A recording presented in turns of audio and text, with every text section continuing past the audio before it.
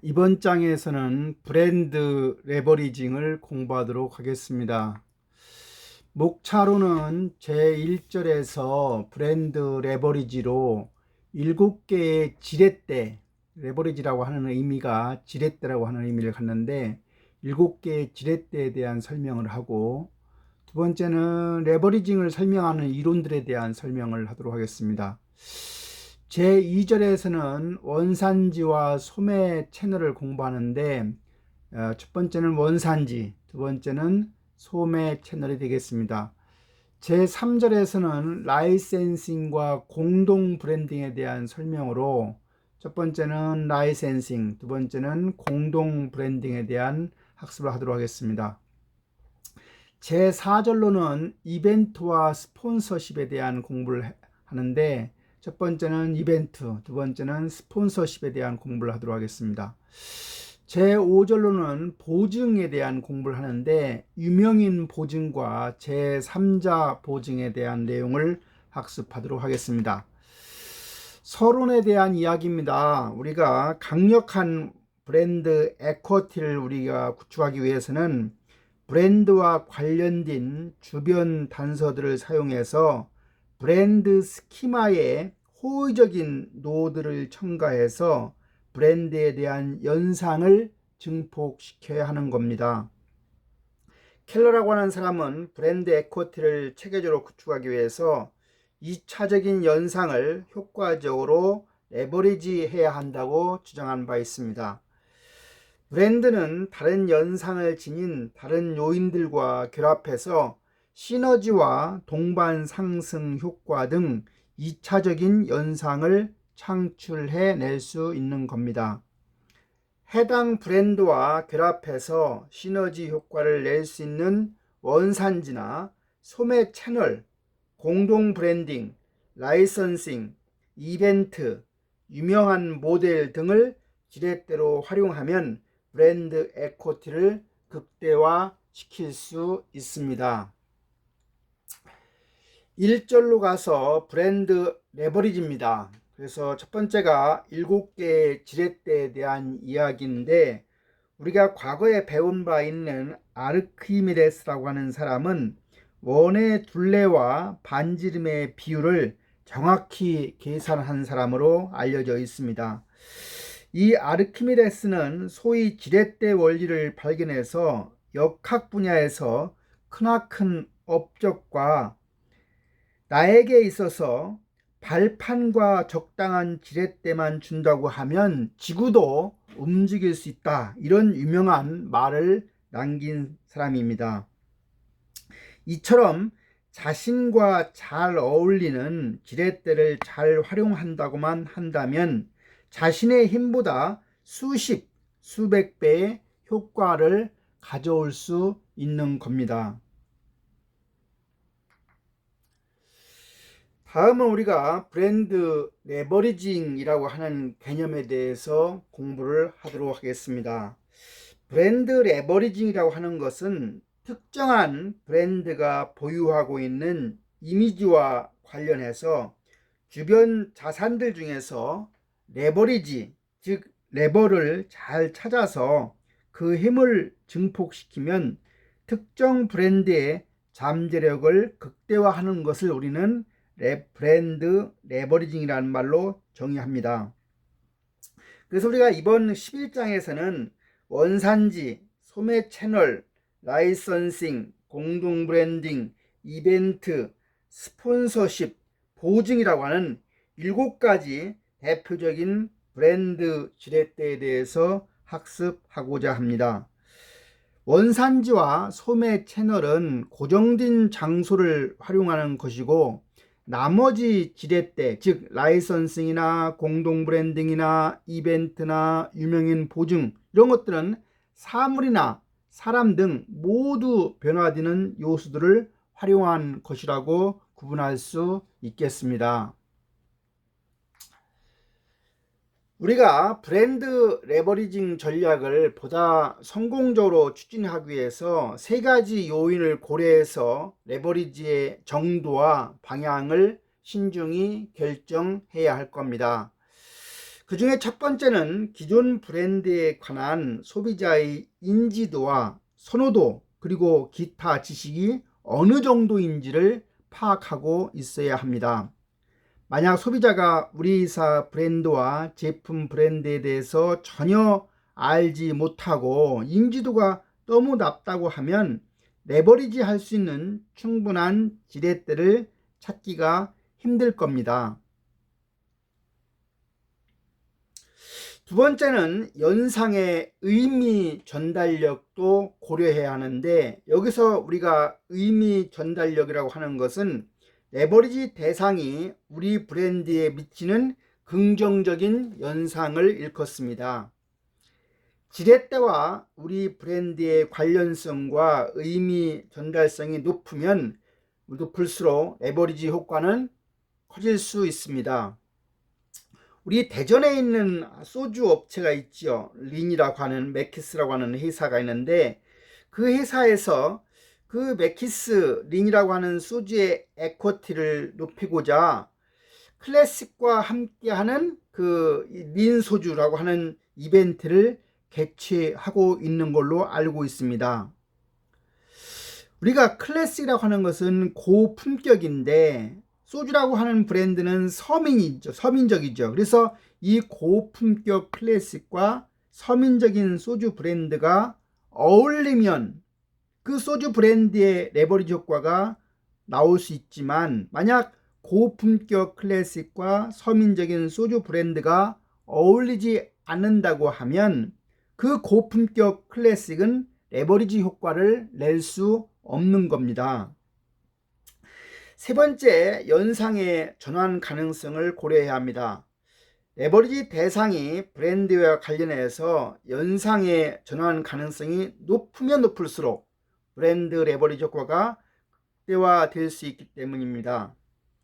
지렛대와 브랜드 간의 공통적이거나 유사한 연상을 가지고 있지 않다고 하더라도 상호 보완적인 의미를 전달해 줄 수만 있다고 한다고 하면 레버리지 효과는 나타날 수 있습니다. 다음은 레버리징을 설명하는 이론들에 대해서 학습하도록 하겠습니다.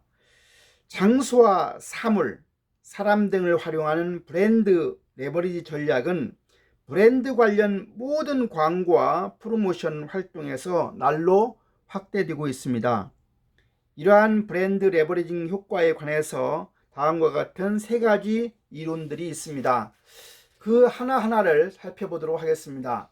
첫 번째가 인지 부조화입니다.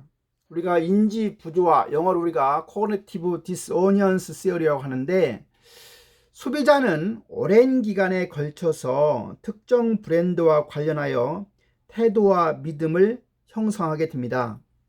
그리고 브랜드와 관련된 연상들로부터 긍정적 또는 부정적 이미지를 추론하여 기존 브랜드에 대한 가치와 태도를 변경시키기도 하는데, 이것은 소비자 심리상 인지 일치 노력의 결과라고 할 수가 있습니다. 심리학에서 인지 부조화 이론이라고 하는 것은 페스팅거라고 하는 사람이 만든 개념인데, 인간이 자신이 믿는 것과 실제 일어난 현실이 다를 때 부조화라고 하는 좌절을 겪는다고 합니다. 인간은 부조화에서는 좌절의 고통을 극복하기 위해서 믿음과 현실 둘 중 하나를 바꿔야 하는 것입니다. 그러나 현실 바꾸기 어려운 경우에는 일반적으로 사람들은 자기 믿음을 수정해서 부조화를 최소화시킨다고 하는 이론이 바로 인지 부조화 이론입니다. 그래서 우리가 많은 브랜드 관리자들이 자신의 브랜드 에코티를 높이기 위해서 긍정적인 이미지를 지닌 레버리지를 활용하게 됩니다. 브랜드 레버리지가 지닌 긍정적 이미지가 특정 브랜드와 연결되었을 때 해당 브랜드에 대해 조금이라도 부정적인 태도를 가지고 있었던 소비자들은 인지 부조화를 경험하게 될 것입니다. 결국 긍정적인 레버리지를 통해서 브랜드에 대한 소비자의 태도를 변화시킬 수 있다는 것입니다. 예를 들어서 자신이 좋아하는 유명 연예인이 싫어하는 브랜드의 광고 모델로 나오는 경우에 소비자들은 인지 부조화를 경험하게 될 것입니다. 해당 연예인이 그 브랜드의 광고 모델임은 소비자들이 바꿀 수 없는 현실이기 때문에 브랜드에 대한 자신의 부정적인 태도를 변화시키고자 할 것입니다. 이와 같은 결과는 광고 브랜드와 모델에 대한 인지 부조화가 광고 효과에 미치는 영향을 살펴본 학자들이 연구해서 알아볼 수 있습니다. 다음은 의미 전이 이론입니다. 영어로 우리가 Theory of Meaning Transfer라고 하는데 이것은 맥크라켄이라고 하는 사람이 제안한 이론입니다. 즉, 촉진수단에 등장한 유명인은 다양한 대상과 사람, 상황들과의 연상작용을 통해서 강력한 의미를 지니게 되고 이러한 상징적 속성들은 유명인 모델에서 제품으로, 제품에서 소비자들에게 전이 된다고 하는 이론입니다. 즉, 의미 전이 이론에 의하면 제품에는 문화적 요소가 가미되어 있고 브랜딩은 제품의 문화적 의미를 담기 위한 과정이라고 볼 수 있는 겁니다. 그래서 우리가 마케터는 브랜드가 지닌 문화적 의미를 전달하기 위해서 레버리지 수단을 이용해서 소비자들과 커뮤니케이션하고 제품에 담겨있는 문화와 브랜드와 관련된 연상들을 소비자들과 공유하게 하기 위해서 노력하는 것입니다. 브랜드와 관련된 연상들은 촉진 수단을 통해서 다양하게 개발될 수 있습니다. 예를 든다고 하면 세계 골프 황제 타이거 우즈나 한국 최고 골퍼 최경주를 생각한다고 하면 세계적인 스포츠 브랜드인 나이키가 떠오르게 됩니다. 나이키가 브랜드에 담고자 하는 문화적 이미지는 승리의 여신 니케르로 표현될 수 있는데 각 스포츠 분야에서 최고 또는 황제라고 인정받는 이들의 이미지가 브랜드로 전이되어서 소비자들은 나이키에 대한 전체적인 인상을 형성하게 되는 것입니다. 다음은 조화 가설 이론입니다. 매치업 하이포세스라고 우리가 칭하는데 브랜드와 광고 모델 간의 속성이 유사할수록 브랜드의 태도, 브랜드 구매 의도, 광고 내용에 대한 상기도, 생각나는 거죠. 상기도가 높게 나타난다고 하는 이론이 바로 조화 가설입니다. 이는 광고 모델이 가지고 있는 이미지와 제품이 전달하고자 하는 특성이 유사할수록 레버리지 효과, 즉 광고 효과가 높게 나타난다는 것입니다. 우리가 이러한 조화 가설을 설명하는 출발점이라고 하는 게 바로 스키마라고 하는 게 있습니다. 여기서 우리가 스키마라고 하는 것은 어떤 자극 영역에 관련된 속성, 그리고 속성 간의 상호 관계로 특정 대상에 대해 잘 조직화되어서 구성된 기억 속의 지식의 구조를 우리는 스키마라고 합니다. 즉 스키마는 주어진 개념 또는 자극에 대해서 체계적으로 형성되는 인간의 인지 구조를 나타내는 것으로 많은 소비자 행동 연구자들에 의해서 소비자 인지적 과정을 설명할 때 이용되는 개념이 바로 스키마입니다. 소비자들은 다양한 매체를 통해서 접하게 된 특정 브랜드에 대한 정보들을 그물망처럼 서로 연결해서 스키마에 저장하게 됩니다.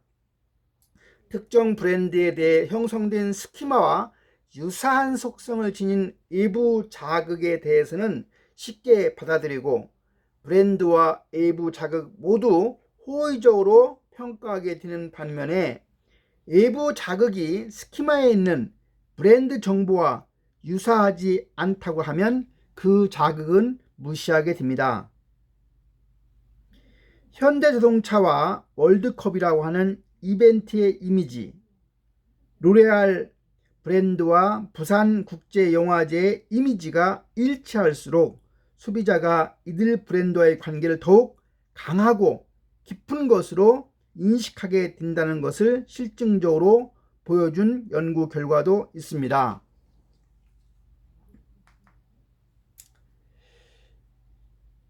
2절로 가서 원산지와 소매 천연에 대한 학습을 하도록 하겠습니다.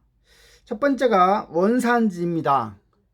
국가 원산지 효과에 대한 학습을 하도록 하겠습니다. 우리가 국가 원산지라고 하면 Country of Origin 해서 앞에 대문자 COO라고 하는데, 이 국가 원산지 효과라고 하는 것은 소비자가 제품의 원산지, 즉 특정 국가에 대한 인식으로 인해서 그 제품 평가에 미치는 변화의 크기를 말합니다. 원산지는 국가의 경우는 국가의 원산지라고 하고, 도시의 경우에는 도시 원산지라고 하고, 특정 상권이나 지역의 경우에는 특정 지역 원산지라고 규정하는 겁니다. 세계 경제의 글로벌화가 가속화되는 가운데 수입 상품이 날로 증가해서 국제무역에서 원산지 규정은 보다 강화되고 있는 추세를 반영한다면, 원산지 효과에 대한 학계나 업계의 관심이 날로 커지고 있는 것은 전혀 놀라운 사실이 아닙니다. 최근 들어와서 글로벌 소싱이 더욱 가속화되면서 제조국, 브랜드, 소속국, 조립국, R&D 국가가 서로 다른 복합 원산지 제품 등이 확산되고 있는 상황입니다. 특히 오늘날 노동력이 저렴한 해외로 공장을 이전함으로써 제조 원산지가 달라지는 초기 현상과는 달리, 근래에는 기술력과 디자인이 우월한 원산지에서 제조가 발생하는 등 제품 원산지에 대한 개념이 복잡하게 변하고 있는 상황입니다. 표 11-1은 연도별 국가 브랜드 순위가 보여주고 있습니다. 2005년도에는 국가 브랜드 순위가 호주가 1등, 2위가 캐나다, 3등이 스위스, 4위가 영국, 5위가 스웨덴 순이었고, 한국은 2005년도에 25위 수준이었습니다. 2019년도에는 국가 브랜드 1위가 미국, 2위가 중국, 3위가 독일, 4위가 일본, 5위가 영국, 6위가 프랑스, 7위가 인도, 8위가 캐나다. 그래서 한국이 2019년도에 와서 국가 브랜드 순위가 상당히 많이 올라갔음을 볼 수가 있습니다.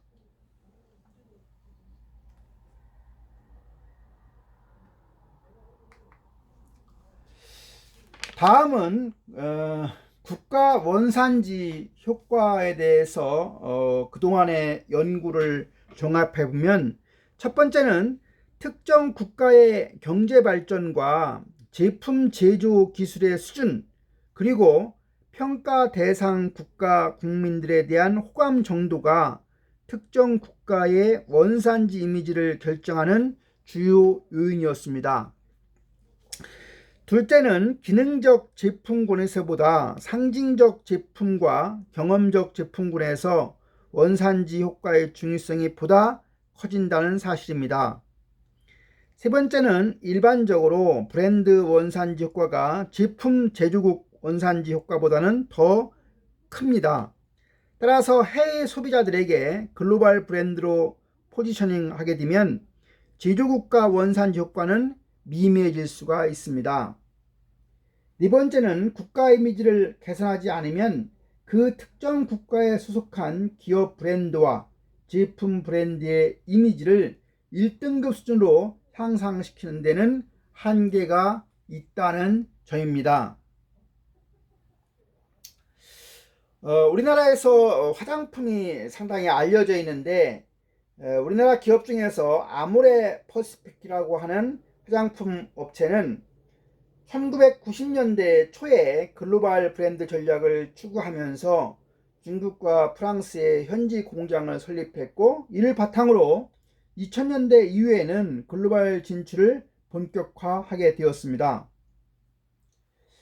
프랑스를 중심으로 한 유럽에서 아모레 퍼시픽이 현지 생산과 현지 판매를 하는 향수 브랜드 롤리타 램피카를 출시해서 프랑스 원산지를 최대한 레버리지하였고, 그 결과 비교적 성공적으로 유럽 시장에 아모레 퍼시픽이 자리 잡을 수 있었습니다. 그 이후 2006년 말에는 롤리타 램피카 L이라고 하는 것을 화장품을 출시해서 브랜드 확장을 통한 지속적인 성장 전략을 추구하고 있는 상황입니다.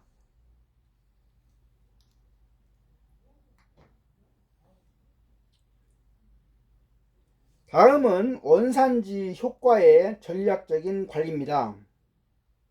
기업 활동이 과거와는 달리 글로벌화됨에 따라서 국가 간 거래 빈도와 거래량이 날로 증가하고 있는 상황입니다.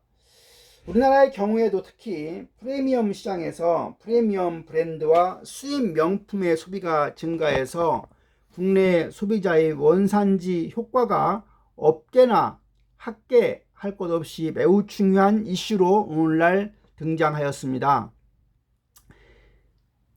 국내 시장뿐만 아니라 더 나아가서 해외 특정 국가로 우리 제품을 수출하는 경우에도 해당 국가 소비자의 원산지 효과 정도를 파악해서 이에 효율적으로 대응할 필요성이 커진다고 하겠습니다.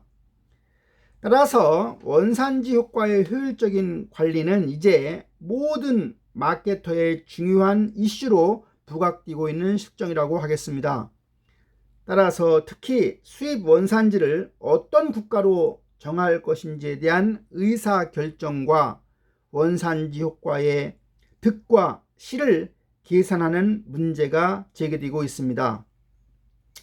과거 원산지 개념과 정의들은 원산지 국가를 단일 국가, 즉 싱글 컨트리로 보는 것을 전제한 것이지만, 이제 글로벌 시대에 기업의 경영 활동이라고 하는 것은 한 국가에 국한되지 않는 특징을 보입니다. 예를 들어서 다국적 기업인 미국 국적의 IBM이 컴퓨터 부품을 대만과 한국에서 수입해서 중국에서 조립 생산한다고 하면 원산지를 어떤 국가로 정해야 하는지 등의 문제가 제기되는 것과 같은 예가 됩니다.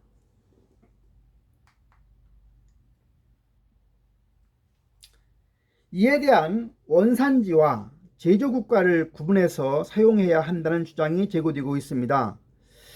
원산지는 기업이 마케팅하는 제품이나 상표의 본사가 위치해 있는 국가를 의미하고, 제조 국가는 실제로 생산이 일어난 국가로 보아야 한다고 하는 게 일반적인 정설입니다.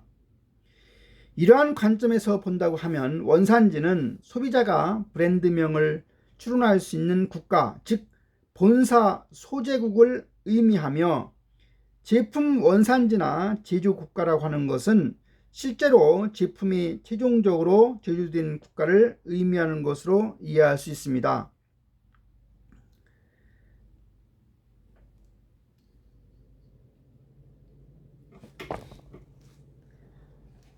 그런가 하면 이러한 관점과 조금 다른 견해를 주장하는 연구들도 있습니다.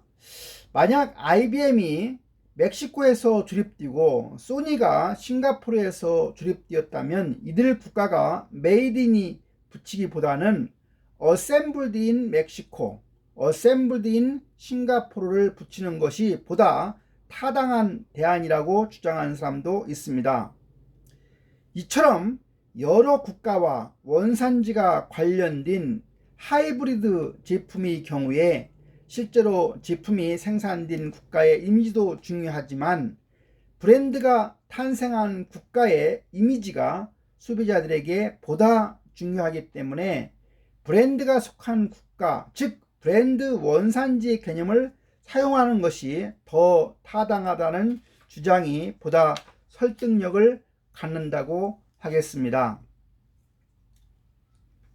이상의 다양한 논의 과정을 우리가 한번 다시 검토해 본다고 하면, 특정 국가만을 지칭하는 원산지에 대한 논의는 제품이 생산되는 과정에서 여러 부품과 생산 과정을 아웃소싱하는 경우에 매우 다양한 국가가 원산지가 믹스된다는 사실을 시사해 주는 겁니다. 최근의 추세는 원산지의 다양성을 고려해서 원산지를 여러 차원으로 나누어 사용하는 경향을 보이기도 합니다.